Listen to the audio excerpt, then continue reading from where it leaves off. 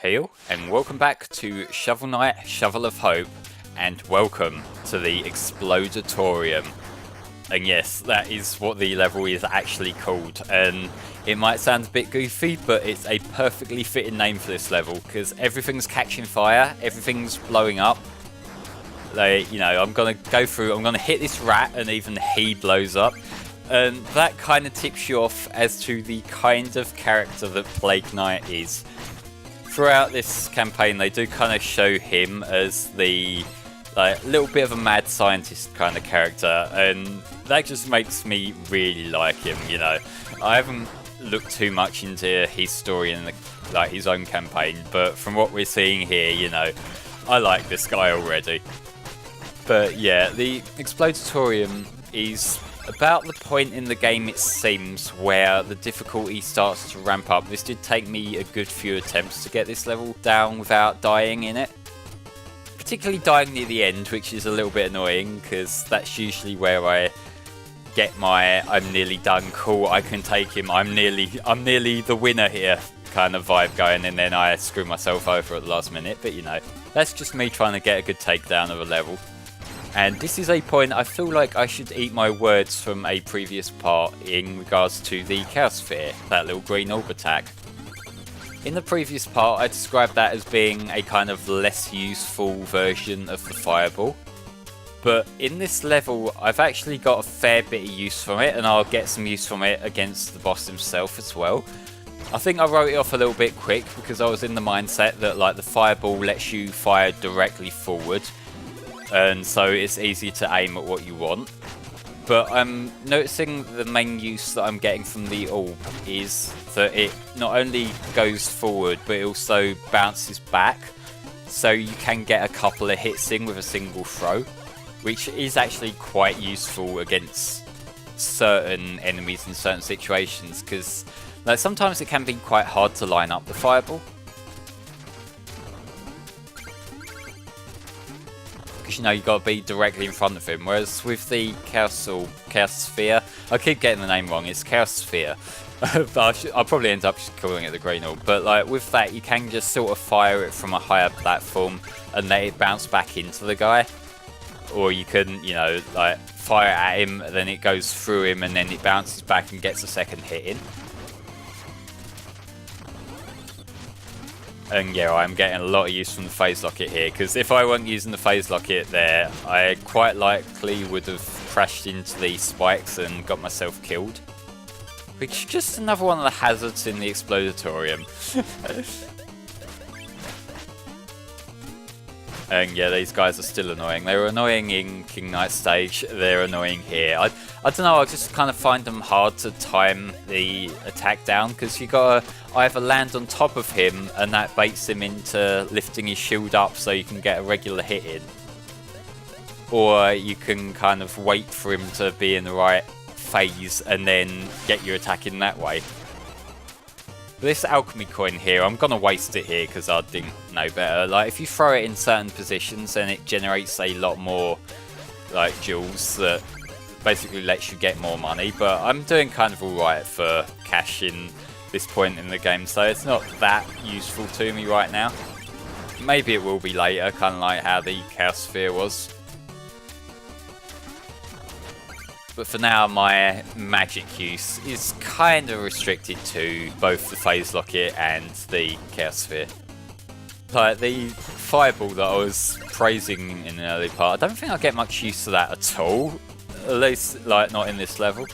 This is the most recent level I've played up to this point, so I don't know what's going to happen in later levels. I might end up getting more creative yet and getting more use out of things. But yeah, during these sections you do want to be kind of careful, because not only can you accidentally blow up the platform below you and fall into a pit, but also these chemical bird things that are flying over, they can also destroy certain bits of platform from under your feet, which is lovely. Really appreciated, nice job there guys, kind of thing.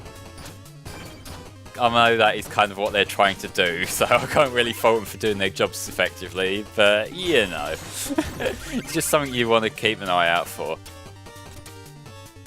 this guy here, I think this is actually the first proper mini-boss we've got midway through a level, I want to say. Not sure how common these are going to become later in the game, because it's been forever since I've watched a full playthrough of this game. But you know, this guy, another one that you want to be careful about, like timing your jumps properly, because if you like pull your shovel out a bit late, then he will tank a hit on you. But there is something that I want to talk about while we're in the Explodatorium, because this is one of the two situations where it's appropriate, and that is in regards to the music here. Because this song that we're hearing right now, Flowers of Antimony, this was not composed by Jake Kaufman. This was a guest composition by Manami Matsume. And if that name seems familiar, that's because she was the composer for a lot of classic Mega Man songs. I'm pretty sure she wrote the bulk of music from the classic Mega Man games, at least like the early NES ones. She's got some proper classics under her belt. She's got, like, you know, your Elect Man, your Cut Man, all those themes. And from what I hear, she actually came to Yacht Club, like approached them and offered to write some songs rather than them asking her. Which, if you're working on a game like this, and if you're like a composer like Jake Kaufman, and you've got the opportunity to work with someone with such a fantastic legacy behind them, that must be like one of the most amazing feelings that you can get as someone who works in that particular craft, you know. And her composition here, like, this is perfect for Plague Knight. It's got that kind of sense of, like, it sounds methodical but also chaotic. Like, he knows what he's doing, but there's still this kind of, you know, I'm not very good at describing music, but, you know, it feels a little bit out there, which is perfect for Plague Knight, at least what we can see from Plague Knight in his campaign here. I really like this. She also did the Iron Whale theme, which we'll get to in a later part. I think it might actually be the next one. I think Iron Whale is Treasure Knight stage, and we're going to Treasure Knight next, so maybe we'll hear her other piece then. But yeah, this is one of two themes that she wrote for this game, and I just think it's incredible that they managed to get such talent on for a brand new game. Like, it's one thing to have like developed your own legacy and being in a position where you catch the eye of more established people in the industry, but to just like have a new game that you're making, a new game series as a new publisher, and it impressing someone off the bat to that degree that they just want to start working on it, that kind of shows the amount of faith people had with Shovel Knight before we even played it for ourselves. But yeah, what I was doing there, I was very tempted to just restart the level there because I fucked up using the fishing rod. What you meant to do with a fishing rod is you meant to wait for a little prompt to come up with exclamation points and then reel it back in then. I didn't realise that, so I just sort of pulled it in a bit quick. And at this point in the level, given Plague Knight is right here, I just couldn't be asked to do another retake, so here we are. We're just going to fight the man himself. So this is one of the more difficult bosses up to this point, because he not only throws things that blow up and destroys the platform below him, like that one hands boss in Pulse Man, but he also teleports all over the place and keeps on changing where these little chemical veils pop in as well. So you've got a level changing below your feet, you've got a guy warping all over the place while throwing explosives around. You know, like, this is Plague Knight. This is what Plague Knight does. And, you know, once you kind of get in the groove of fighting him, it's kind of fun. But man, it did take me a good few attempts to get him down properly. In my practice run of this, I did actually die a few times throughout the Explodatorium, and this was the first run I got where I didn't die at all throughout the level. So, you know, I wasn't entirely happy with that run, but I didn't die, so I kind of took it. And there's Shovel Knight enjoying his nap.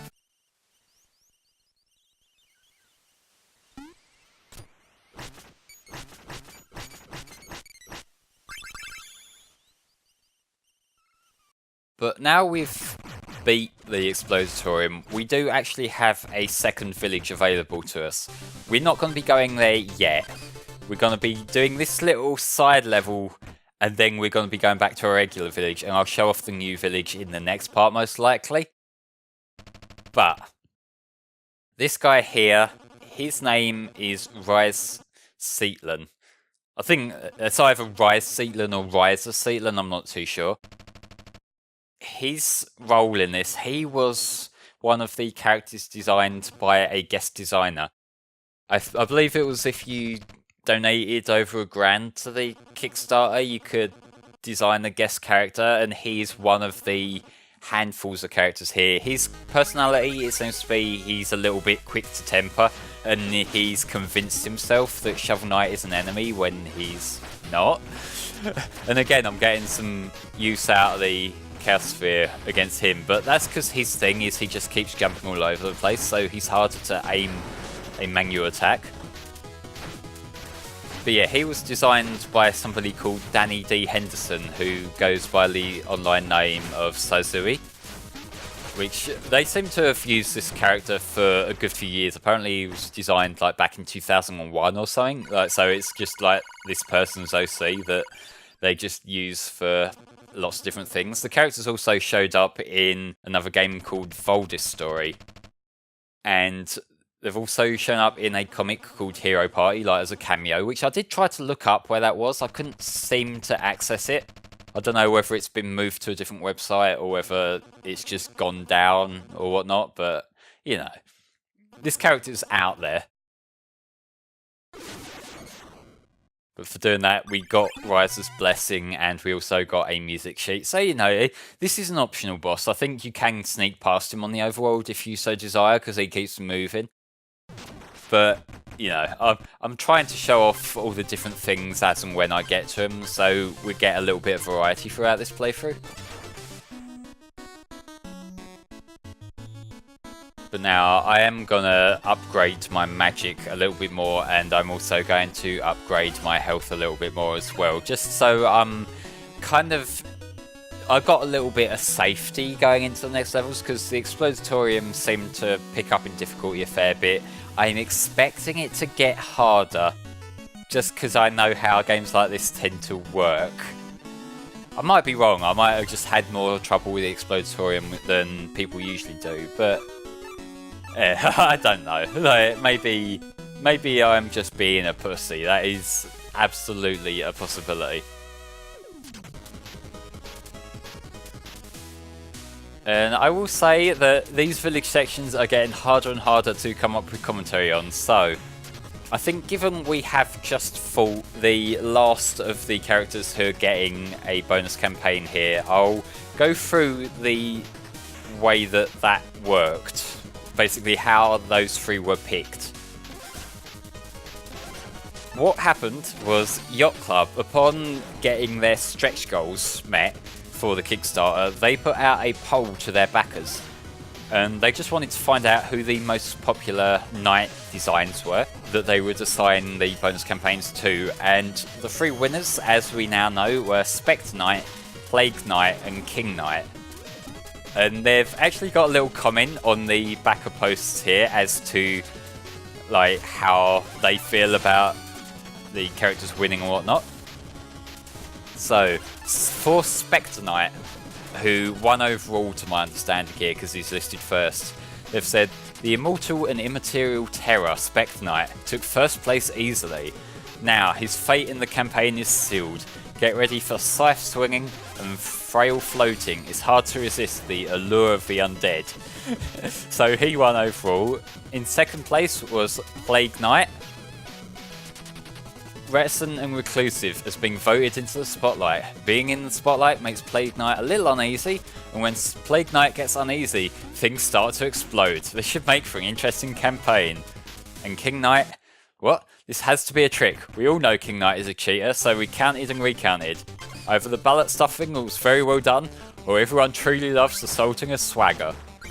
I hope they never actually bring that up in the campaign. I don't want to hear the word swagger again. King Knight triumphantly joins the campaign, and they mentioned that he stole center stage for the illustration as well, because they got like a little bit of promo art on this update here, where you just got the 3 characters who won posing. Now, I feel like there's a lot of love put into these character designs, because each one of them, like, they seem to have a lot more inherent personality than, like, say, a Mega Man Robot Master would. And maybe that is because they're giving them dialogue in this game rather than just being guys you beat, but hey.